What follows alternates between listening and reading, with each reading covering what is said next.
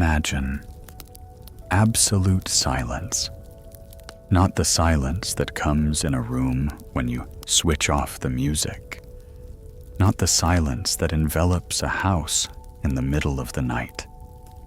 Imagine the silence before all things, before the first word, before the first breath of the universe.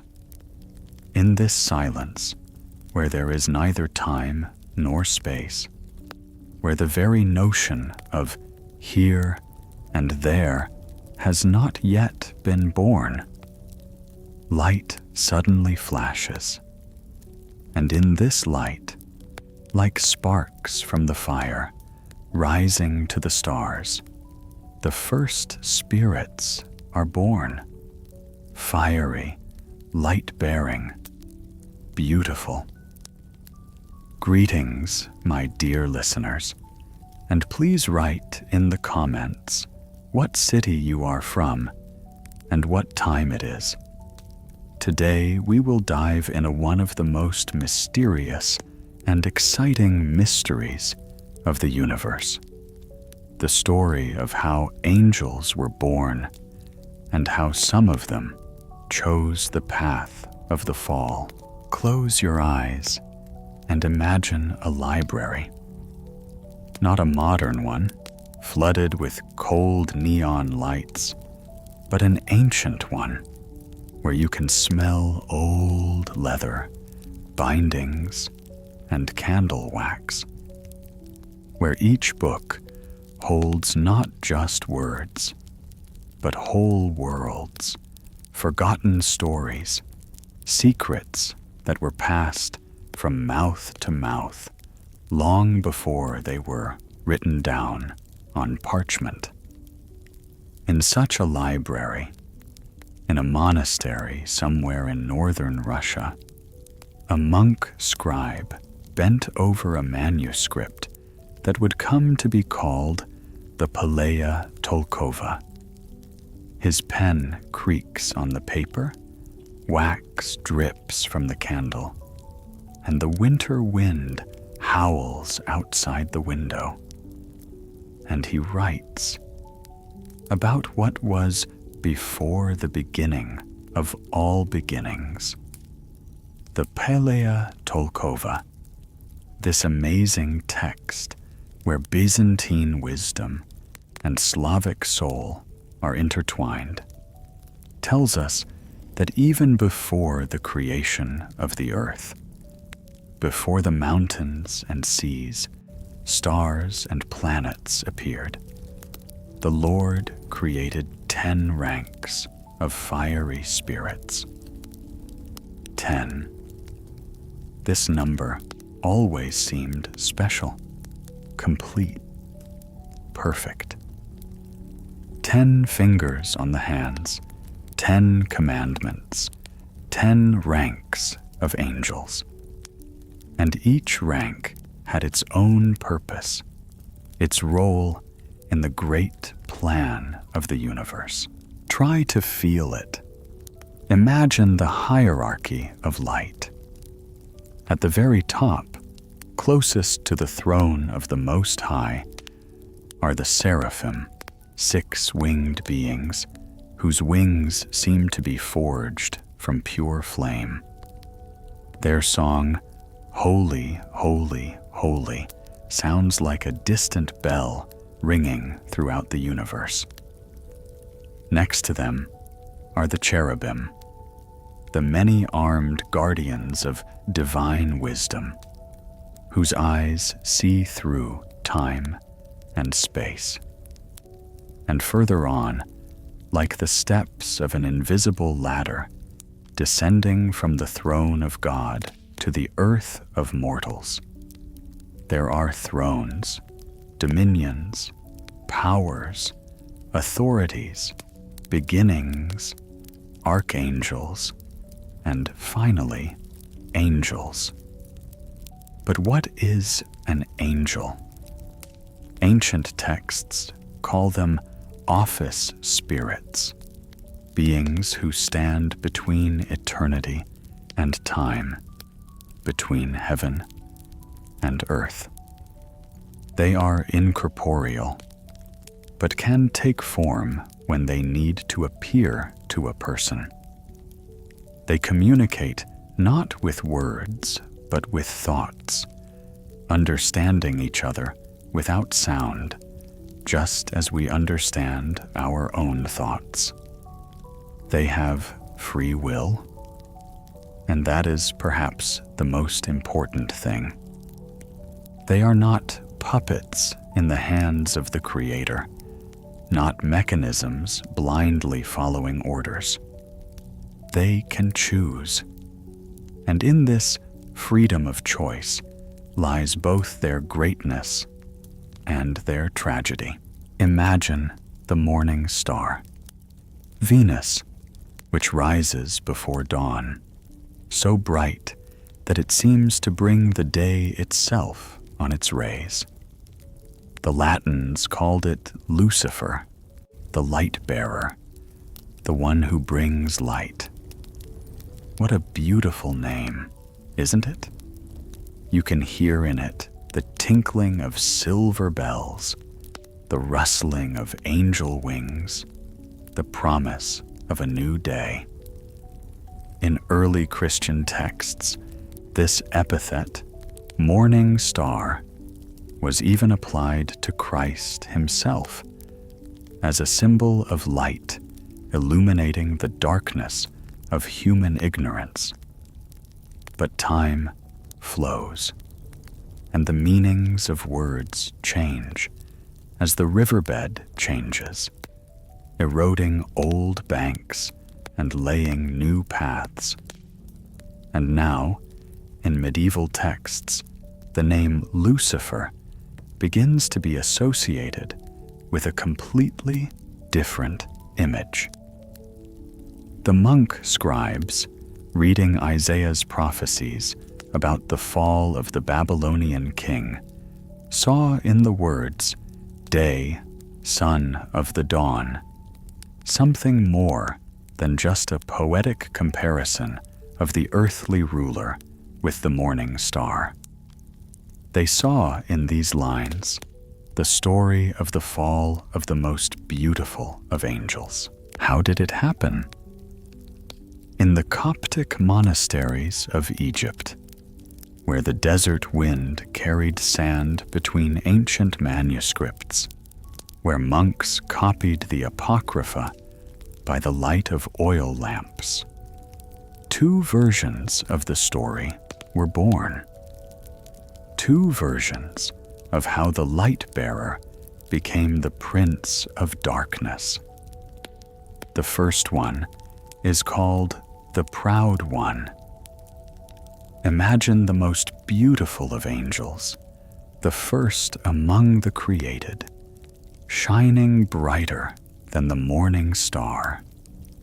He stands before the throne of the Most High, and the thought arises in his heart, "Why should I serve? Am I not beautiful? Is not my light bright? I will set my throne higher than the stars of heaven, and I will be like the Most High." And in that thought is the whole tragedy. Not malice, not hatred, but pride. The desire to be equal to God, unwillingness to recognize a higher authority. The second version, the envious one, tells a different story. After the Lord had created Adam from the dust of the earth and breathed into him the breath of life, he commanded all the angels to worship the new creation. And here, at this moment, when the heavenly hosts were bowing their heads before man, one of the archangels exclaimed, "I will not bow. I am made of fire, and he of clay. I am a pure spirit, and he is dust of the earth. How can I, who was before him, bow down before him. Do you feel this tragedy?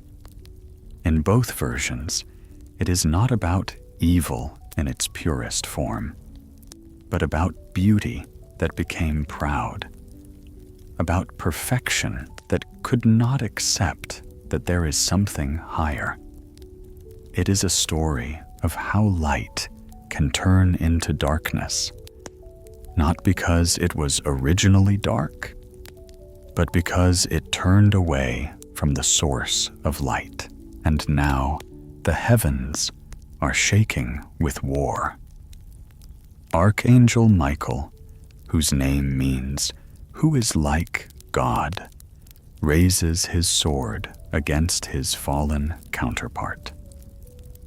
Imagine this battle, not as a crude clash of swords and shields, but as a clash of ideas, of principles, of two understandings of what is truth. The light fights against the light that is darkened. An angel fights against an angel who has chosen pride over humility. And when the battle was over, the fallen angels were cast down. But to where? Ancient texts say into the Duda hell, the abyss which is in heaven. Yes, paradoxical as it may sound, according to the Book of Enoch, hell is located in the heavens. The seventh heaven is the abode of God. And somewhere between the heavenly spheres is a dungeon for the fallen stars, for those who once sang songs of praise and now mourn their lost glory. But centuries would pass, and people would begin to confuse names and mix images. Lucifer, the light bearer, would be identified with Satan, whose name means adversary, with Beelzebub, Lord of the Flies, with Samael, the poison of God. It was as if all the dark forces of the universe had merged into one image, into one figure of the great adversary. But originally, they were different entities, different aspects of how perfection can degenerate, how beauty can be distorted. Beelzebub, for example, derives from the ancient Philistine deity Baal Zebubu, who was worshipped in the city of Acheron. Lord of the Flies may have been a corruption of the original Lord of the Sublime, but over time the name took on a sinister connotation. In the New Testament, the Pharisees accused Christ of casting out demons by the power of Beelzebub, and the Savior answered them, "If Satan casts out Satan, he is divided against himself."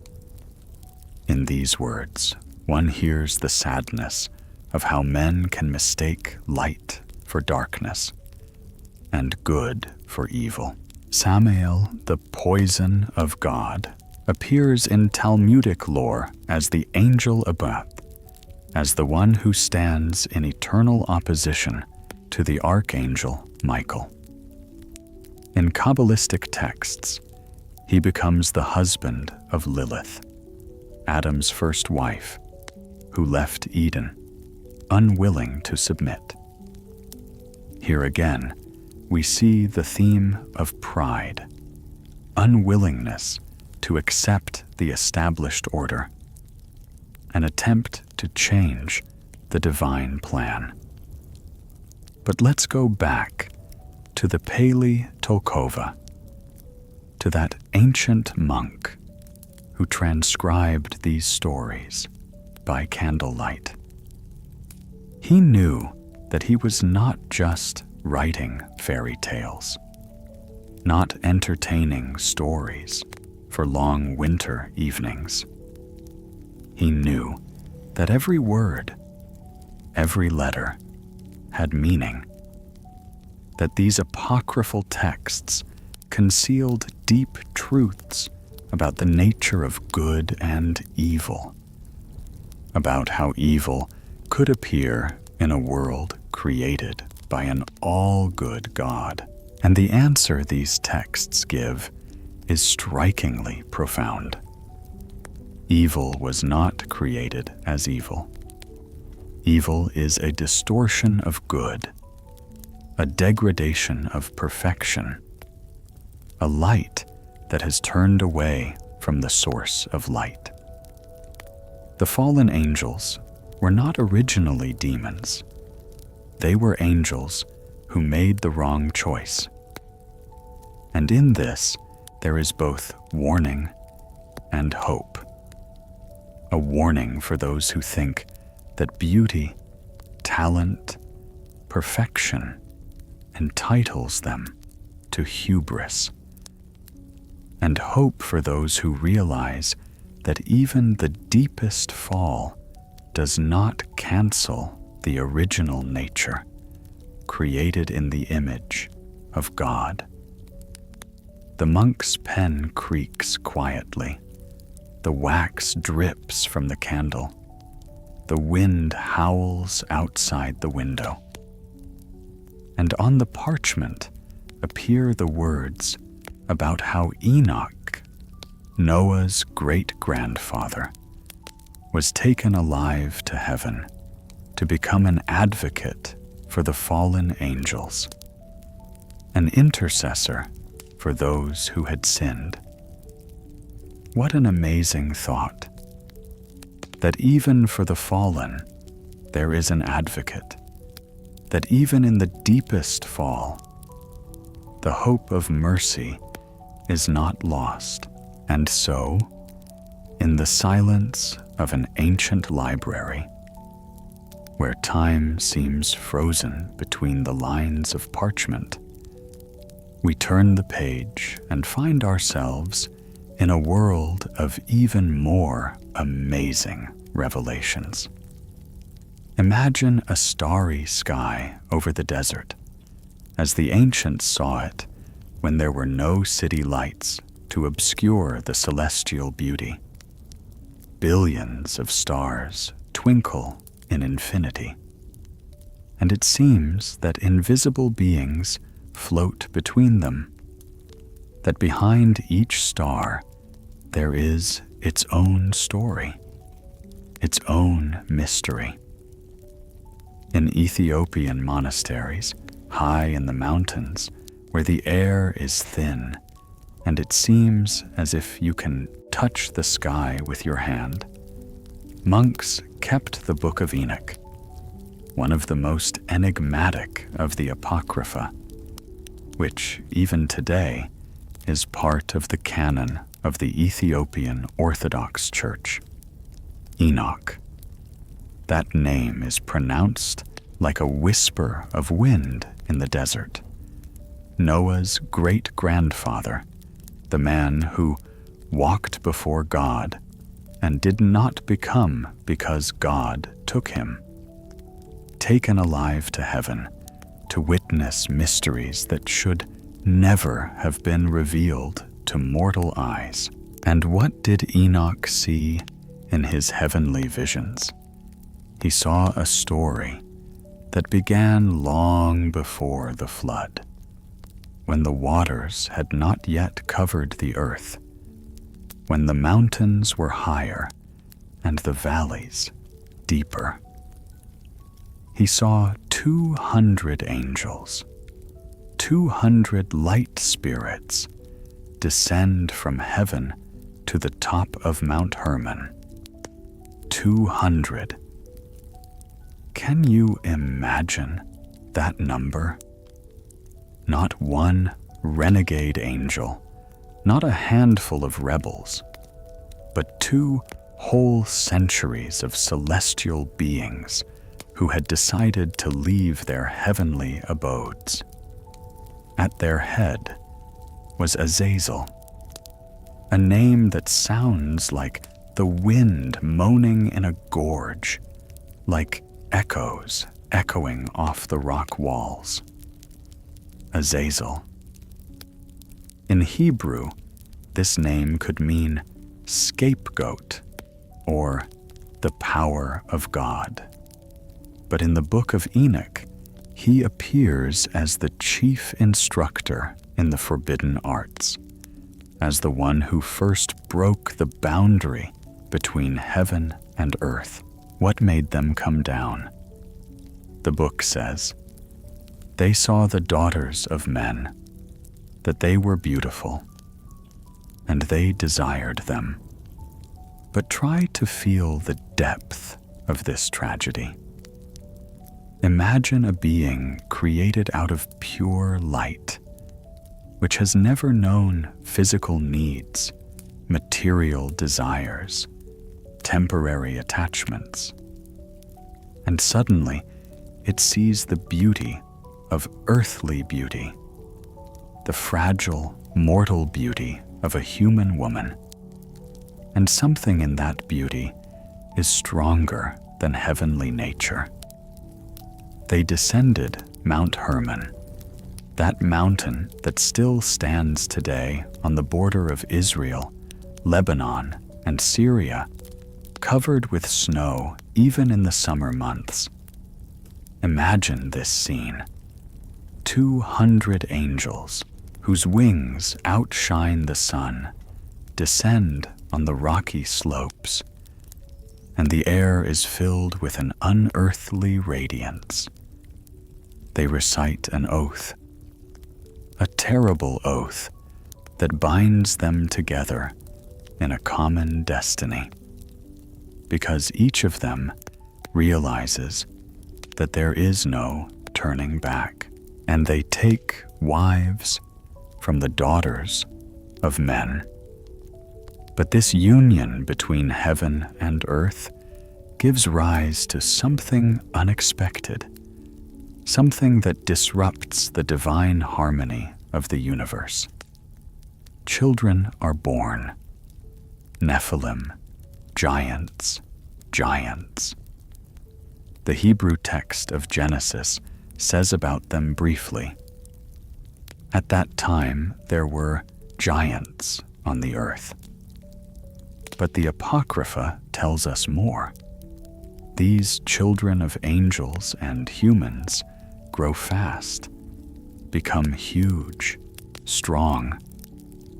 But there is no harmony in their strength. They devour everything humans produce. And when human supplies become insufficient, they begin to devour humans, and then each other. The earth groans under the weight of their footsteps. The sky darkens with their screams. This is no longer the world designed by the Creator, but some terrible travesty of creation, where everything is mixed up, where the boundaries between the possible and the impossible have been erased. But the fallen angels brought more than just this physical distortion to earth. They brought knowledge.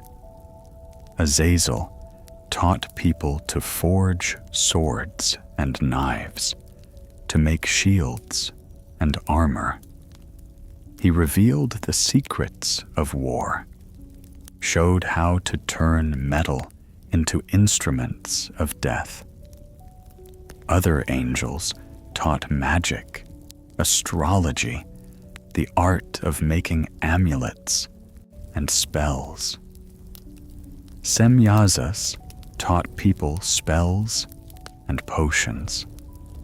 Armaros taught them how to break charms. Barakiel taught them astrology. And Kokabeel taught them the signs of the stars. Think about it. Knowledge in itself is not evil. The ability to work with metal, to understand the movement of the stars, to know the properties of herbs and stones, all these things can serve good. But when this knowledge comes at the wrong time, when it is given to beings who are not yet ready to take responsibility for such power, it becomes a curse. It is like giving a child a sharp sword, or teaching him to control the elements when he has not yet learnt to control his own emotions. And already the earth is filled with violence. People who have learnt the knowledge of war begin to exterminate each other. Those who have learnt magic use it to dominate their own kind. Astrology, meant to help understand the harmony of the cosmos, turns into superstition. The earth that was once a garden becomes a battlefield. Weeping is heard in the heavenly halls. The archangels, Michael, Gabriel, Raphael, Uriel, come to the throne of the Most High and say, "Do you see what Azazel has done? How he has taught all wickedness on earth and revealed to the world all the mysteries that are fulfilled in heaven." And their voice is not full of anger, but of sorrow. Sorrow for the brothers who have fallen, for the people who are suffering, for the world that is being distorted. And then the Lord pronounces judgment, not angry, not vengeful, but filled with the same sadness that was in the voices of the archangels. The flood shall cleanse the earth, wash away the traces of violence and distortion.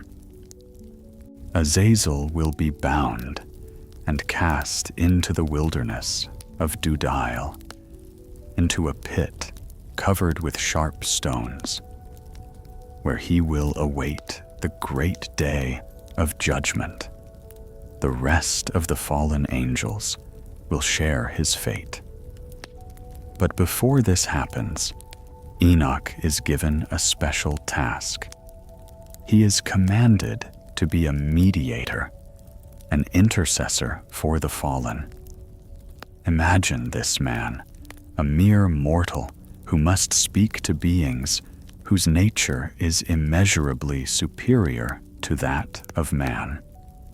He goes to the fallen angels and communicates the divine judgment to them.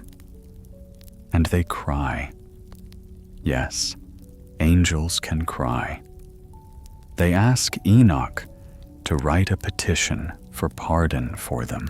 What a touching scene. The mighty beings who once sang praises before the throne of the Most High now plead with mortal man for intercession. And Enoch sits down by the water and writes their petition. And then he falls asleep. And in a dream, he has a vision of a throne surrounded by fire, where a voice says to him, "Go and tell the guardians of heaven who sent you to plead for them. You should plead for men, and not men for you." These words are the essence of the tragedy. Angels were created to serve, to help people in their ascent to God. But they switched places with those they were supposed to serve. They became beggars instead of intercessors. They violated not just some rules, but the very structure of the universe, the order in which each entity has its place and its purpose. And yet, there is something deeply human in this story. Do we not recognize ourselves in these fallen angels? Does it not happen to us, too, that we, having received some abilities, some knowledge, begin to consider ourselves superior to those whom we should serve? Are we not tempted by power? Do we not want to be like those who know good and evil? The Book of Enoch was written at a time when the Jewish people were undergoing severe trials, when it seemed that evil was triumphing in the world, that there was no justice. And this book gave the answer. Evil is not omnipotent. It has its beginning and will have its end. The fallen angels are bound and await judgment, but the righteous, like Enoch, will be taken alive to the heavenly mansions. But the Book of Enoch was not the only apocryphal account of the angels and their fall. The libraries of antiquity contained the testaments of the 12 patriarchs, where each of the sons of Jacob, before his death, told his descendants about his life and gave them instructions.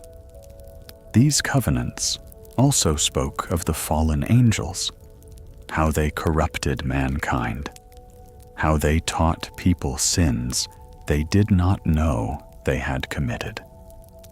There was the Book of Jubilees, also called the Little Genesis. It retold the story from the creation of the world to the Exodus from Egypt, but added many details not found in the canonical text. It also told of the guardians, angels who came down to earth to teach people justice, but instead became infatuated with the daughters of men and gave birth to giants. There were the Psalms of Solomon, the books of Baruch, the Ascension of Moses. Each apocryphon added its own colors to the big picture, its own details to the story of how perfection can be distorted, how good can turn to evil. Especially interesting are the Coptic texts written in Egypt by Christians who preserved the language of the ancient pharaohs. In these texts, the story of Satan's fall was given more and more details. The Book of the Posting of Michael told how Satan was the first creation of God, created for the amusement of the angels, but who became proud and thought himself equal to the Holy Trinity. In Theodore's questions, the reason for the fall was not only pride, but also idolatry. Satan worshipped himself instead of the Creator. And in the Greek Apocryphon, the questions of Bartholomew, the fallen angel himself tells of his fall. I was the first angel created by God, and when he made Adam of clay, he commanded me to worship him. But I said, I will not worship clay and matter. I am made of fire and light. How can I worship dust? And in these words, one hears not so much anger as incomprehension, inability to comprehend the divine logic, according to which the higher serves the lower, the strong helps the weak. In the Syriac Cave of Treasures, this story takes another twist. the fallen angels lose their robes of glory, just as Adam and Eve lost their robes of light after the fall into sin. This symbolic parallel suggests that sin is of the same nature, whether in the heavenly or earthly world. It is always a rejection of divine order, an attempt to place one's will above the will of the Creator. And quietly, very quietly, in the semi-darkness of ancient libraries, the scribes continued their work. They copied these texts not because they considered them equal to the Holy Scriptures, but because they saw in them an attempt by the human mind to understand the mystery of evil, to explain why suffering and injustice existed in the world created by the all-good God. Now imagine a scriptorium in an Alexandrian monastery. The sun has already set over the horizon, and the soft light of the stars over the Nile delta pours in through the windows. The monk is bent over a papyrus on which Coptic letters are interwoven in Arabic script, the last echoes of the language of the ancient pharaohs. He is writing a story that will be passed down through the ages, growing new details as a tree grows rings of time. In Coptic texts, the myth of the fall of the devil takes on a life of its own. Here in the Nile Valley, where Egyptian priests once worshipped a multitude of gods, where each deity had its own history, its own character, its own destiny, Christian writers could not help but bring into their stories the religious pluralism that had lived in Egyptian blood for centuries. This is why we find in different Coptic texts a surprising variety in who exactly overthrew Satan from heaven. In some manuscripts, this is done by the 4 mysterious animals of John's Revelation, the same creatures with the faces of man, lion, calf, and eagle that surround the throne of the Most High. In other texts, a lion-shaped cherub, whose eyes burn like coals, and whose mane flutters with the breath of eternity, plays an active role. Somewhere, a nameless cherub is mentioned, and in some lists, it is the Archangel Michael himself who raises his sword against his fallen colleague. This variation shows that the Egyptian Christians did not seek uniformity of detail. It was not the letter of the tradition that was important to them, but its spirit. It was important to show that evil is not all-powerful, that there are forces that can defeat it, that the very structure of the universe contains the possibility of the triumph of light over darkness. The Coptic Book of the Posting of Michael is particularly striking. It tells how Satan was God's very first creation, created for the angels' amusement. Imagine this scene: a young universe, the heavenly host that had just been born, and among them, the most beautiful of all, the one who was to be their joy, their elder brother, their example. But this firstborn, from the moment of his creation, thought himself equal to the Holy Trinity. There is a peculiar tragedy in this story. There was no time for the gradual development of pride, no long deliberation that led to the fall. Satan fell instantly as soon as he realized his greatness. It is like the story of Narcissus, who, seeing his reflection in the water, could not tear himself away from his own beauty.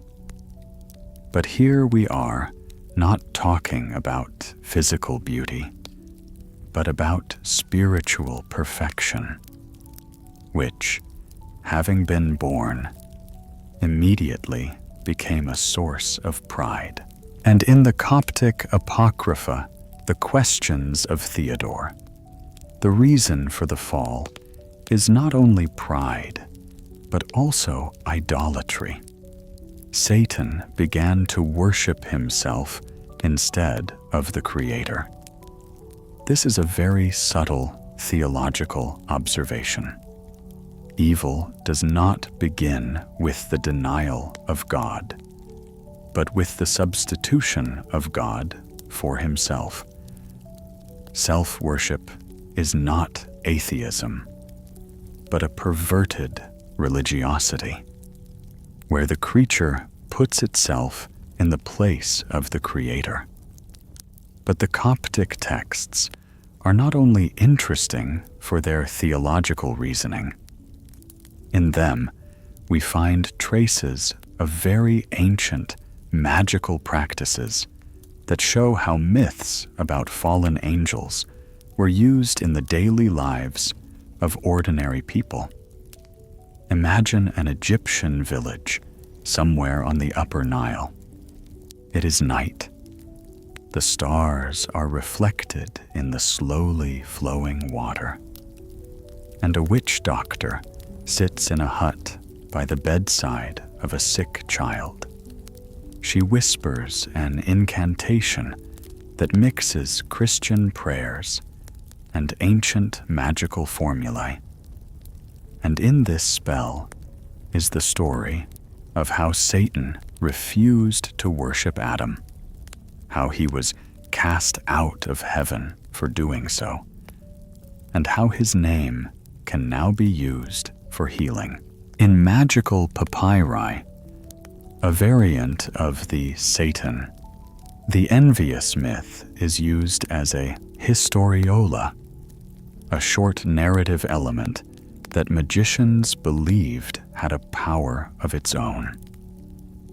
It was believed that by telling the story in a certain context, with certain words and gestures, one could awaken the same forces that once operated in the celestial realms. But what is even more surprising is that these magical texts refer to Adam by secret names.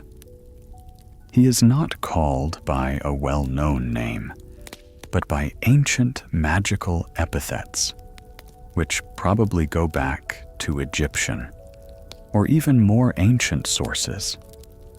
This suggests that the figure of the first man in the popular consciousness was surrounded by special reverence and mystery. In some Coptic texts, we also find the story of Eve's seduction. But here, the devil does not act with mere words, but uses some kind of potion or sweat from the springs of the rivers of paradise. This detail shows how Christian stories were infiltrated by the idea of magical potions, that evil can work not only through persuasion, but also through material means. The legend of Adam's pact with Satan is particularly interesting. The Slavonic version of the life of Adam and Eve tells us that Adam, after his expulsion from paradise, made a written contract with the devil. Can you imagine this scene? The first man, expelled from Eden, wandering through a hostile earth, meets his destroyer. And there is some kind of agreement between them, written on parchment or papyrus. What could this pact have been about? Perhaps it was that Satan promised to help Adam in his earthly life, to teach him how to survive in a world that had become hostile after the fall. And Adam, in return, recognized some kind of power of the devil over himself and his descendants. This is reminiscent of medieval legends of pacts with the devil. But here we are, dealing with a much more archaic plot. And this contract, according to legend, was later broken by Jesus Christ. In the Coptic homily, the Savior, during his descent into hell, breaks this charter, freeing mankind from the power of the devil. The symbolism here is profound. Evil works through legal, formal relationships, while good works through mercy and forgiveness, which are above all law. But let us return to the theme of diversity in Coptic texts. This diversity concerns not only details, but also the very interpretation of the nature of evil. In some texts, Satan appears as a being originally inclined to evil. In others, as a tragic figure who has fallen because of his own perfection. In the book of Michael's Posting, there is an amazing detail. When Satan falls from heaven, a roar comes out of his nose, and his breath leaves him. These details refer to the book of Job, which describes Behemoth, a monstrous creature, the beginning of the Lord's creation. Perhaps the compilers of the Coptic text saw Satan as a distorted image of this primordial creature. And in the Syriac Cave of Treasures, the fallen angels lose their robes of glory, just as Adam and Eve lost their robes of light after the fall into sin. This parallel shows that sin has a universal nature. It always leads to a loss of original dignity, to nakedness, to shame. Imagine this metaphor: garments of light. Not physical garments, but nature itself, shining from within, as red-hot metal shines, or as some precious stones glow. And when this inner radiance is extinguished, the being is left naked, defenseless, pitiful.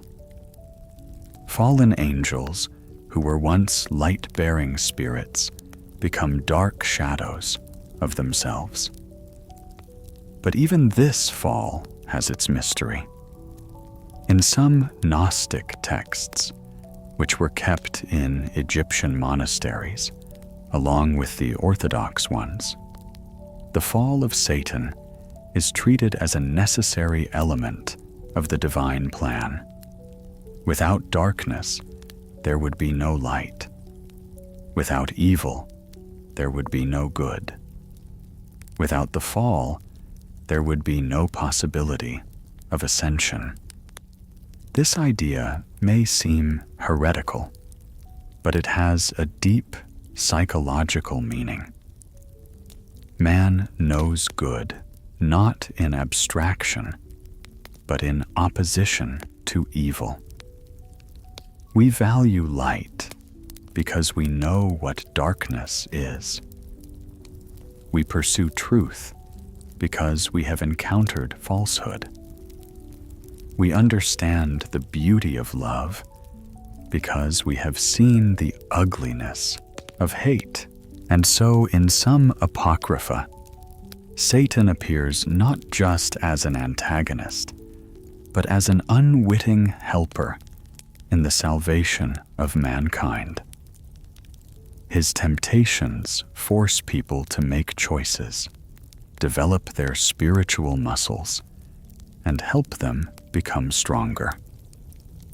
This is a very subtle theological thought that requires careful handling, but it shows how deeply the ancient authors thought about the nature of good and evil. In Coptic magical texts, this ambivalence is particularly pronounced. On the one hand, the names of fallen angels are used to defend against evil. The logic is simple. Who knows evil better than those who themselves have become evil? On the other hand, these same names are invoked to harm their enemies. The boundary between white and black magic in the popular consciousness was very thin. Imagine a Coptic peasant who goes to the field at dawn and whispers an incantation invoking the names of archangels to protect his crops from locusts. And by evening, the same man, having offended his neighbor, casts another spell where the names of fallen angels are heard, and asks them to cast a disease or bad luck on the offender.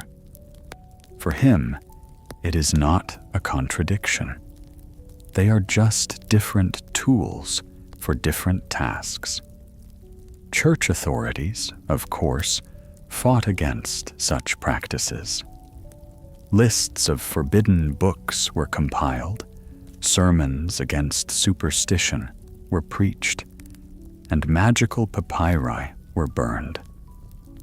But popular culture stubbornly preserved this ancient knowledge, passing it from generation to generation, often in encrypted form. And in this confrontation between the official church and popular religiosity, the Apocrypha played a special role. They were like a bridge between canonical texts and magical practices. On the one hand, they contained Christian plots and names. On the other hand, they gave room for imagination, for additions, for interpretations that did not always fit within the framework of orthodoxy. The papyri rustle quietly in the ancient library. The stars slowly make their way across the sky. Somewhere far away, a night bird cries out, and its cry echoes off the rocks. And in the scriptorium, a monk continues his work, transcribing the ancient stories of how angels were born and how some of them chose the path of the fall. And each letter he inscribes on the papyrus is not just a sign, but a living link between the past and the future, between heaven and earth, between the visible and invisible worlds. And so we come to the end of our night journey through the pages of ancient manuscripts, where the shadows of angels live between the lines, and every word hides the glow of eternity. Imagine the dawn over the ancient library. The first rays of the sun penetrate through the narrow windows and lay golden stripes on the old folios. The night passes away, taking with it mystical visions, but leaving in the soul that special feeling that arises when you touch the great mysteries of the human spirit. What did we learn on this night? We traced the amazing story of how humanity has struggled for millennia to understand the nature of evil. And the answer given by the apocryphal texts turns out to be strikingly profound and modern. Evil is not some primordial, independent force. Evil is good that has become distorted, light that has turned away from the source of light, perfection that has become proud of its own perfection. Think about it. In the myth of the fallen angels, there is no room for dualism, for the notion that there are two equal forces of good and evil struggling in the world from the beginning. There is only one source of all things, one creator, one beginning. And evil arises as a distortion of this single beginning, as dissonance in the great symphony of the universe. Lucifer, the light bearer, becomes Satan, the adversary.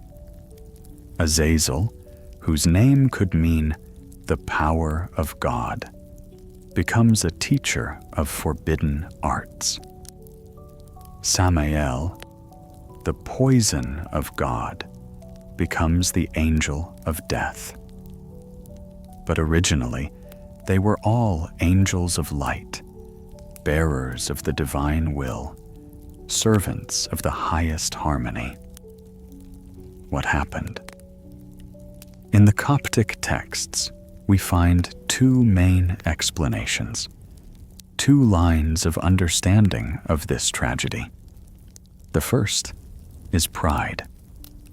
I will set my throne higher than the stars of heaven, and I will be like the Most High. This is the desire for equality with God, unwillingness to remain in the position of creation, the desire to become the creator of himself. The second is envy. I will not worship clay and matter. It is the inability to accept the divine logic by which the higher serves the lower. The spiritual helps the material.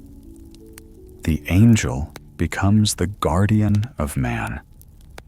It is a rebellion against the paradox of love, which always follows the path of self-mindedness. But don't these two motives live in each of us?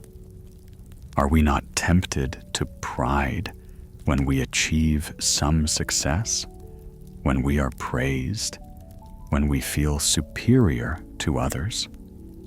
Do we not resent being asked to serve those we consider inferior in education, ability, social status? The story of the fallen angels is not an ancient fairy tale, but a mirror in which we can see our own soul. And the most amazing thing is that this mirror does not accuse, does not condemn, but explains. It shows that evil is not a judgment, but a disease, not a fate, but a choice, not essence, but a distortion of essence.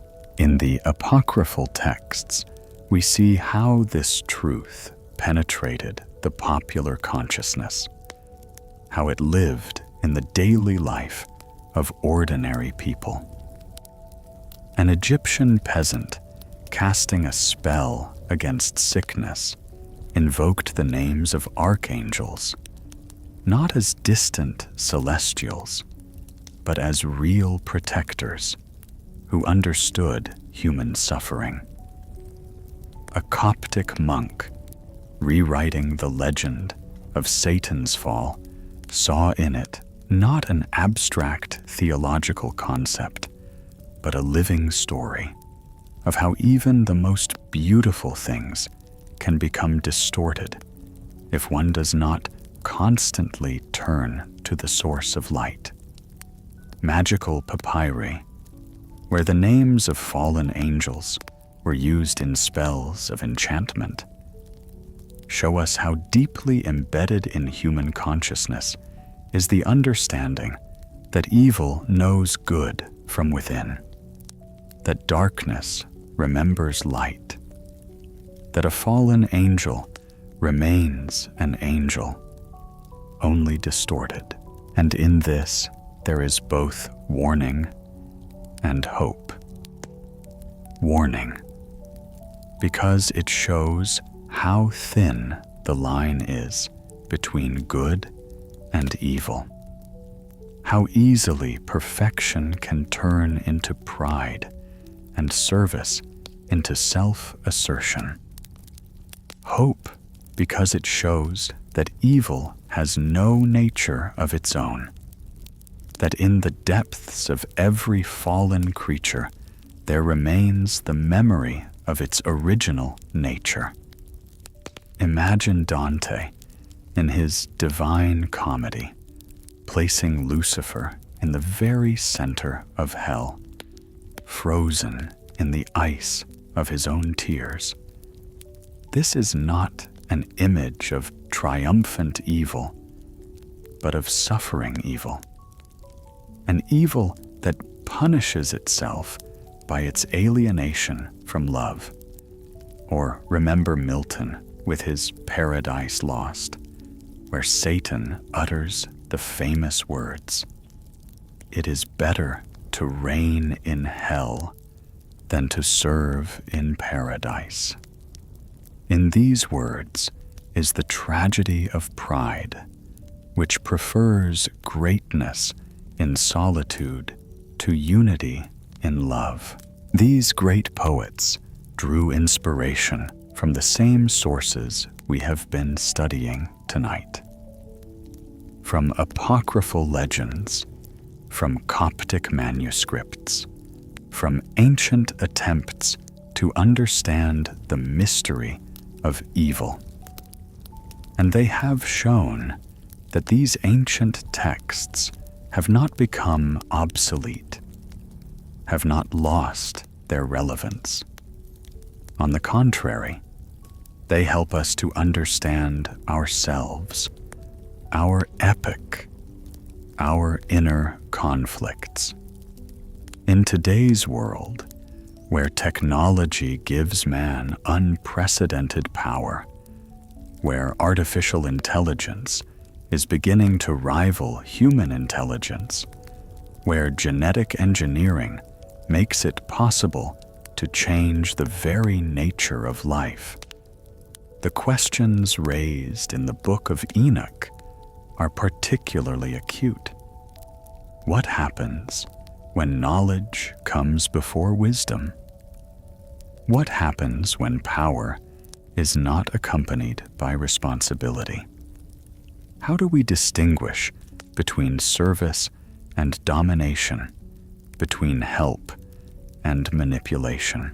Azazel, who taught people how to forge swords, today could teach them how to build atomic bombs.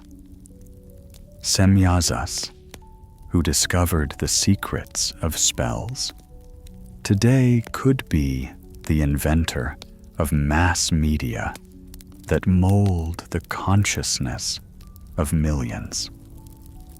Armaros, who knew astrology, in our time would be the creator of algorithms that predict and guide human behavior. And the question remains the same. Does this knowledge serve to elevate man or enslave him? Do they help man become closer to God, or do they make him think he is a god? There is one striking motif in the apocryphal texts. Enoch becomes an intercessor for the fallen angels. A mortal man intercedes for immortal spirits. This overturns the usual ideas of hierarchy, showing that sometimes the weak can help the strong. The lowest can help the highest. Man can help an angel. And isn't that the beauty of the Christian understanding of the world? Not that the strong dominates the weak, but that love turns service into joy and humility into greatness. Enoch, who was taken alive to heaven, not because he was stronger than the angels, but because he walked before God, shows the path that every human being can follow. This path does not require supernatural abilities, magical knowledge, or special revelations. It requires only one thing: a constant turning to the source of light, a constant reminder to ourselves that we are not gods, but creatures, that our abilities are a gift and not our merit, that our vocation is to serve and not to dominate. And when I think of all these ancient texts, of all these monks and scribes who preserved these stories for us, one thought strikes me. They worked by candlelight and oil lamps. Their world was a small cell or scriptorium. Their horizon was limited to the walls of the monastery. But they touched eternity. They pondered questions that have troubled mankind for millennia. They created texts that can still touch the human heart. There is a special beauty in this. In our world of infinite possibilities and instant communication, we often lose the capacity for deep reflection, for the slow maturation of thought, for that patient search for truth that requires not speed, but constancy. And these ancient texts, created in silence and solitude, teach us just that.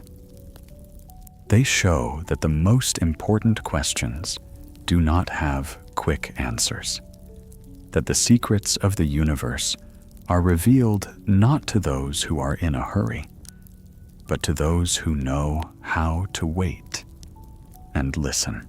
You and I may live in an age when angels seem like metaphors and demons a relic of superstition.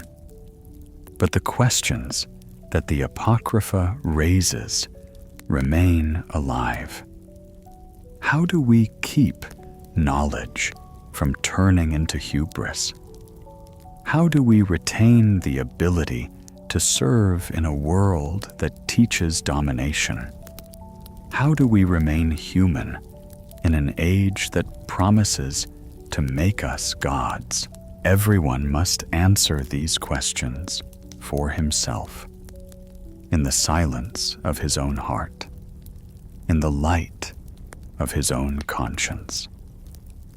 But the ancient texts give us a compass for this search, show us the direction in which to move. The sun had already risen over the ancient library. The candles have burned out, the stars have gone out, and a new day has dawned. But the stories we heard this night do not belong only to the past. They live in the present. They wait for the future. They address each of us with the eternal question: what do you want to be? An angel of light or a fallen angel? Good night, dear listeners. May your dreams be bright and the morning bring new opportunities for good.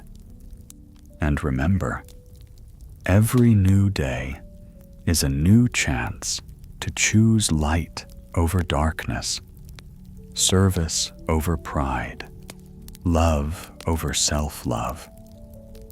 See you in our cozy night air, where ancient stories take on new life and eternal questions find temporary answers.